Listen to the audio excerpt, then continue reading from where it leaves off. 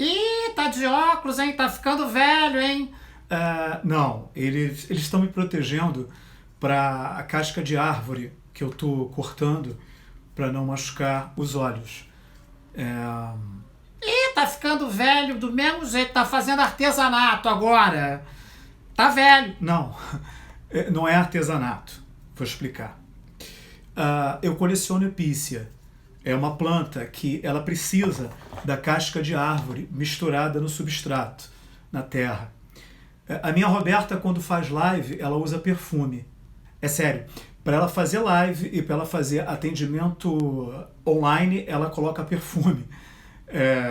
Enfim, eu não posso usar óculos. Essas cascas estavam felizes no chão por terem cumprido a sua missão junto à árvore. Até que eu peguei elas no chão, tirei do conforto e estou quebrando, uma por uma, aqui. O que elas ainda não sabem é que a missão delas, com esse aparente sofrimento, está só começando. Verdade. Moisés deve ter se achado o pior dos homens. Quando ele estava ali na zona de conforto do deserto, e uma voz saindo de uma planta queimando, uma sarça, mandou que ele voltasse para o único lugar que ele jamais poderia voltar. Ele deve ter dito assim: eu sou o único que não posso voltar lá. Eu não posso voltar ao Egito de jeito nenhum. Se eu voltar lá, meu irmão me mata. Eu, de forma alguma, posso voltar. E a voz deve ter dito: é você que eu quero. Eu lembro que uma vez um texto me alertou de que na Bíblia nenhum que foi escolhido, nenhum deles, poderia ter sido escolhido. É verdade. Todos eles que foram escolhidos na Bíblia, todos eles, nenhum deles poderia ter sido escolhido. Noé estava sozinho. Abraão era velho demais. Sansão era mulherengo. Gedeão era medroso. Davi era criança. Maria era uma menina. José era pobre. Pedro era brigão. André acreditava em tudo. Tomé não acreditava em nada. Nada, absolutamente nada. Paulo matava cristão. Lázaro estava morto. Nenhum deles estava preparado. E como a minha mãe me ensinou, Deus não escolhe os preparados, Ele prepara os escolhidos. Por isso eu acho que Moisés foi o escolhido. E por falar em mãe e Moisés, a história de Moisés começa quando a sua mãe o abandona num pequeno cesto. Na verdade, ela coloca ele num pequeno cesto de junco, na imensidão do rio Nilo, e joga aquele cesto e Moisés dentro da própria sorte. Moisés deve ter pensado o seguinte: Deus escolheu a pior mãe para mim. A pior mãe do mundo Deus escolheu para mim. O que Moisés não sabia é que o ato de sua mãe foi o maior ato de amor que ele podia receber. É verdade. Pensa bem. Sete, o faraó, havia mandado matar todas as crianças hebreias. Não, ele não era um monstro, de forma alguma. Na verdade, o que Sete queria era resolver um problema, um controle da natalidade. Ele queria resolver um problema e escolheu o lado mais fácil para resolver um problema. Muitas vezes nós somos iguais ao faraó Sete. A gente escolhe o lado mais fácil para resolver as coisas, o jeito mais fácil. Um ato de renúncia e resignação da mãe de Moisés. Preste atenção. Renúncia e resignação da mãe de Moisés foi o que salvou Moisés de ser morto. E quantas vezes criticamos e julgamos sem imaginar a dor e o sofrimento que o outro atravessa para nos livrar de nossas dores. Valorizamos o trabalho doméstico, por exemplo, quando ficamos dias trancados numa quarentena. Valorizamos quem faz, quem executa esse trabalho quando ficamos trancados numa quarentena. Mas Moisés foi acolhido escolhido, não, acolhido pela filha do faraó. Foi o acaso isso? Nem Albert Einstein acreditava em acaso. Einstein dizia, o acaso não existe. Sabe de que forma? Ele falava, Deus não joga dados. Einstein dizia assim, toda porta nova que eu abro, Deus está lá dentro. Pensa comigo.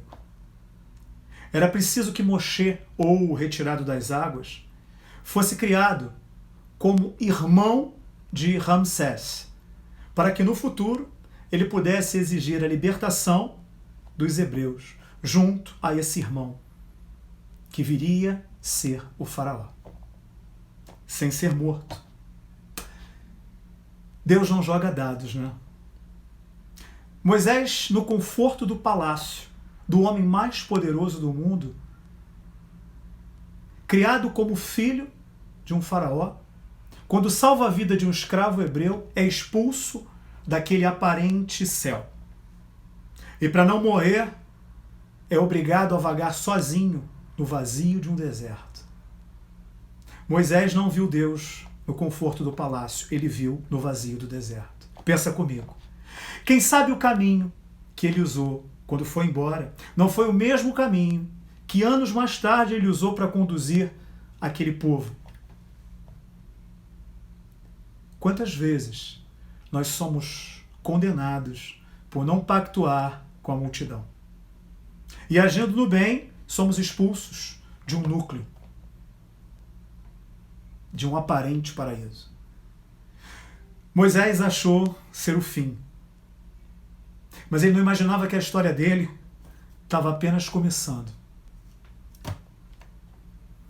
Então, agora Moisés era velho. O tempo passou e ele tinha construído e constituído família. Na paz das areias do deserto, até que pastoreando suas cabras, vê uma sarça, um pequeno arbusto, queimando. E uma voz, saindo da sarça, saindo das chamas desse pequeno arbusto, da pior ordem que Moisés poderia ouvir. Volta ao Egito e liberta os hebreus. Olha isso. Volta e liberta os hebreus. Se achando o pior dos homens novamente, naquele momento, mais uma vez, ele se sente triturado por forças inimagináveis. Mas um arbusto falante, uma sarça ardente que pega fogo e fala, não. O que aquele médium viu, sim, médium que inclusive foi o primeiro psicógrafo da história. O que ele viu foi um espírito de tamanha grandeza, de tanta magnitude, que sua apresentação foi como um farol. Verdade. Assim como também, 2000 anos depois, os discípulos de Jesus não viram, no dia de Pentecostes, línguas de fogo descendo dos céus. Não, não foi isso. Mas espíritos de uma ordem de grandeza, de uma luminosidade descomunal. Exatamente como Moisés viu. Porque em sua aparência e aparição, os espíritos assim se mostram. Quando o homem desconhece as verdades espirituais, atribui ferramentas, conceitos, elementos e critérios materiais para justificar não a sua ignorância, mas a sua absoluta certeza do que ele pensa conhecer. E eu lembro do físico Stephen Hawking. Hawking diz assim, o problema não é a ignorância, o problema é a falsa impressão do conhecimento. Quando o homem acha que sabe, quando ele pensa que sabe, esse é o problema. Mas o que importa é que Moisés acredita, confia e segue em frente, segue adiante. Tem uma frase que diz assim, não existem heróis. Heróis são todos os idiotas que não tiveram tempo de fugir. Mas, sinceramente, eu acredito que, naquele momento, Moisés tem herdado a resignação e a renúncia da sua mãe. Resignação não é você aceitar tudo. Resignação é a gente entender que todo efeito vem de uma causa. Se eu estou sofrendo, um efeito. Houve uma causa. Moisés já não pensava mais nele, mas em toda a coletividade. Moisés, então, liberta os hebreus, se libertando da inércia. Inércia. E o que é inércia, hein? Responde para mim. Inércia é ficar parado. Não. Inércia não é ficar parado. O conceito de inércia é a capacidade de resistir à mudança de movimento.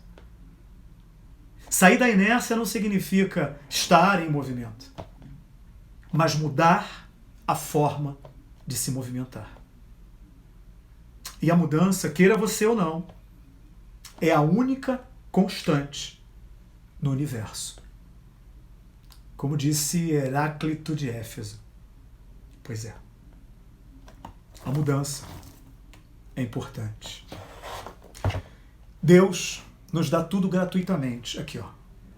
Mas parece que a gente precisa de óculos para enxergar e não nos ferir. A minha nova deficiência visual teve também o objetivo de me proteger nesse trabalho. Proteger os meus olhos com os perigos que podem me ferir. E no final da história, contada no Êxodo, Moisés se via novamente em aflição. Quando tudo parecia resolvido, à sua frente, o Mar Vermelho. Às suas costas, um faraó e suas tropas, contaminadas pelo pior vírus que pode existir, o egoísmo. Um hebreu, naquele momento, deve ter olhado para Moisés e dito assim: olha o que você fez. Nós vivíamos como escravos, mas vivíamos. Agora, por sua culpa, vamos morrer sem qualquer liberdade.